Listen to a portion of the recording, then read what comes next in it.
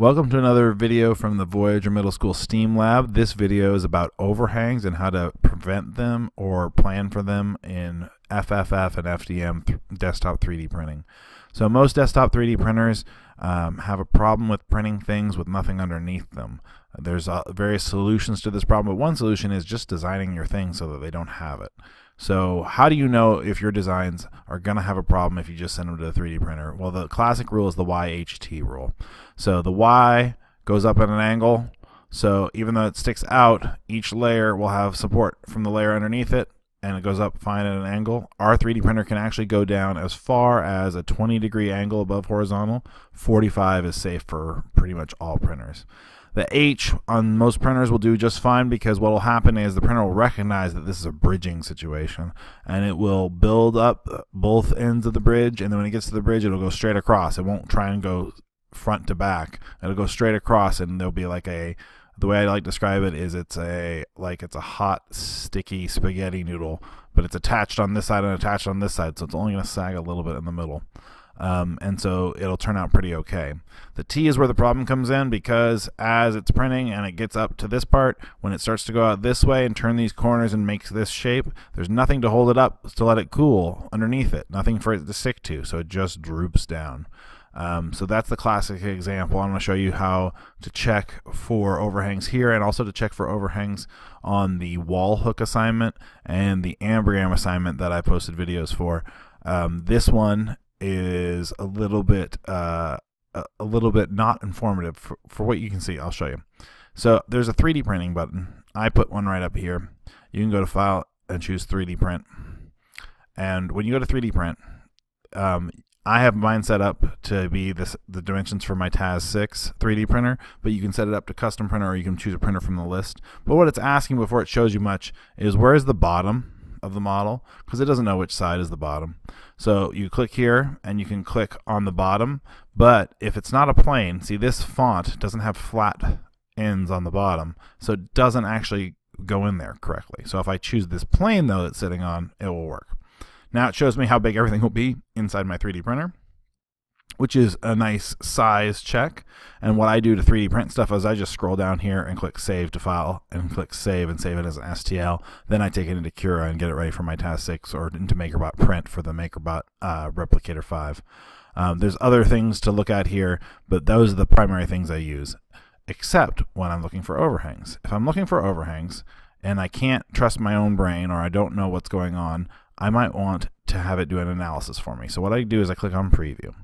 And on Preview, I've got a couple more options. So I could turn on the striations. So I usually print on draft mode, so 0.3 millimeters at a time. So you can see each layer. And you can kind of see, like, okay, well, how am I going to make this layer right here if all these layers underneath it are built, but not these layers above it?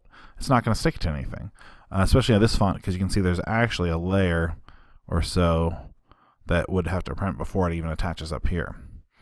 So that helps. But also there's this part. Build analysis. Show faces that require supports. You can see I have mine set to 70 degrees because it's measured from the vertical angle instead of from the horizontal. So that's for my TAS 6. If you wanted to be conservative, you could set it to 45 degrees. But if I check this box, everything turns yellow, except for the parts that I need to have support on. Those parts turn green. So now the bridging example here, it's showing right now that it needs support. But that's not true, because I know that the 3D printer is going to bridge across.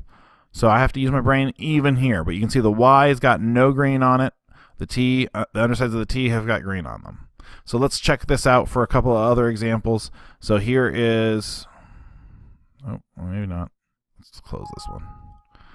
Here is a wall hook that we made. Okay, so if I'm going to use my own brain, I can just click on here. That's how it's going to go on the wall. That looks okay. I'm going to use my middle click mouse button to get it turned a little bit, and then I'm going to click here again and click on the same side again, but this time, this is how it's going to 3D print. So I can see, does this look like more like a Y, an H, or a T to me? I'm not sure, maybe. So then I click 3D print. I click on the bottom surface. You can see, because I already switched this on, it's still on. And the bottom side of my hook is not green. So that means that this will 3D print just fine, just like this. Okay? But my students often don't look at it that way. They only look at it the way it would be on the wall or like this. And so if you don't take the time to give that turn, and even some of my students who are still struggling to figure out how the 3D printer works will look at this and think this is okay.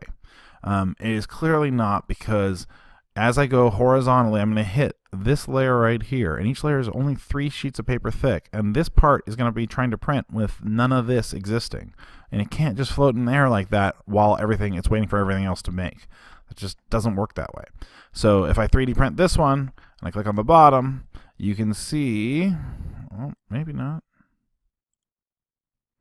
Ooh, see, even this, when you have angles like this, it has a hard time, because basically this point right here is the only thing algorithmically that is showing that it needs support. If this had been a round edge on the bottom, I bet it would have shown green. So it is not a foolproof system, obviously. So for hooks, it can be tricky. This is going to fail though, even though it didn't turn green. Well, let's see. What about this ambigram? This ambigram is a little bit more complicated.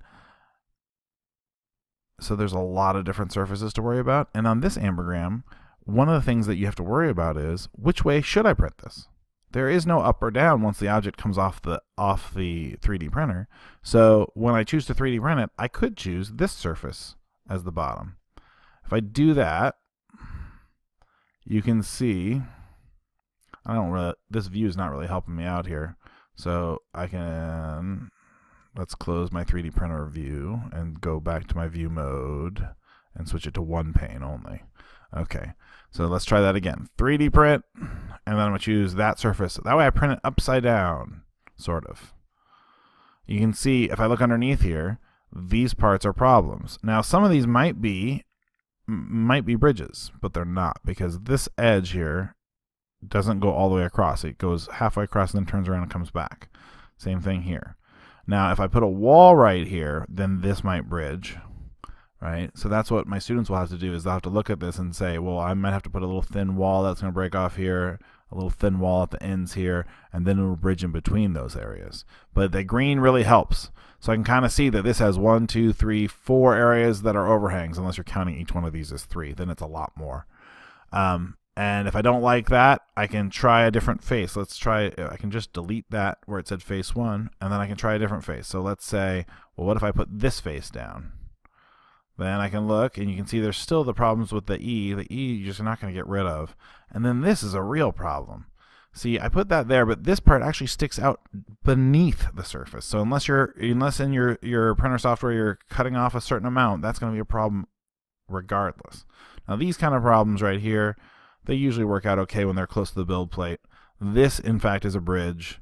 This might be a problem, but these E's are just really hard to deal with. So no matter which side I choose, I'm probably going to have problems. You can choose any side that you'd like to try, but some sides are worse than others. That's just going to be problems all over the place.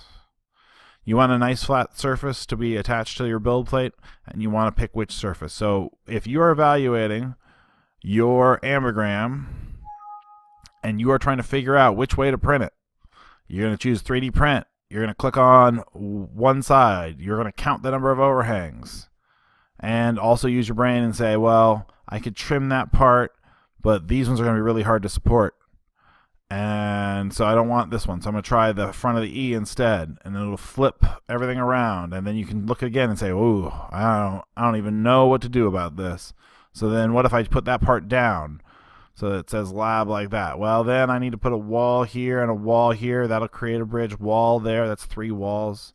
And then these might be tricky, but maybe this is the best way. So you can see what I'm doing here. You're just trying each possibility, find the minimum number of overhangs, and then try and fix them.